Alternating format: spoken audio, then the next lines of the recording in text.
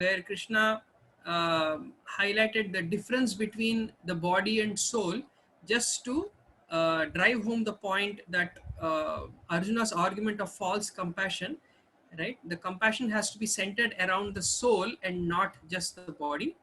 So, to give a realistic understanding of the concept of compassion, Krishna presented the difference between body and soul. And two, he presents this path of sakama karma or fruitive work, just to counter Arjuna's argument of loss and loss, because he was not seeing anything to gain from this war. So, just to counter that argument, Krishna turned the entire argument around by saying, actually it's a win-win situation, right? If you win, you get an unrivaled kingdom, or if you lose, you are going to heaven. So in that case, it's a win-win situation, right? From 11 to till 37, he did speak about jnana and karma, but only for the sake of argument.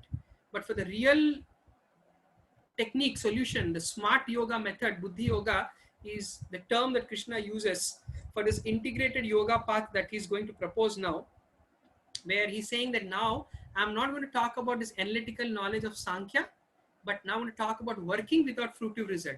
What is this working without fruitive result? Where he says you have the right to perform your duty, but you don't enjoy the fruits of your work, and that you maintain that sense of equipoise balance between success and failure by empowering yourself with a yoga, a higher divine connection. So that we understood in a practical way in terms of the what to do, how to do, and why to do. What to do is defined by our duty, which is karma yoga. How to do is the technique, the knowledge, which is the jnana yoga. And why to do is a purpose, which is that higher connection, a sense of devotion, which is the bhakti yoga. So we integrated all of this with this formula that you are seeing at this on your screen, where karma yoga, action on a strong platform of knowledge with the mood and intention of bhakti. We further understood this with this metaphor of a car, where the car is defining your service, your seva, your karma yoga, and which is fueled by your jnana yoga, the how to do, the swadhyaya, which is the engine, and the direction, the steering wheel is the bhakti yoga, the purpose, the why, which is defined by your sadhana. And this integration is the art of work. And very, very important concept we understood today, which is that how it is not your material actions which is going to bind you and incriminate you in this world, but it is a material attitude. So by work on your attitude, work on your consciousness, redefine your intentions towards work, towards living itself, life itself. That intention reformation is what the Buddhi Yoga technique is all about.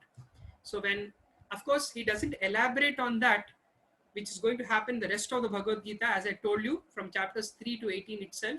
That elaboration is what we will see in successive days of this course.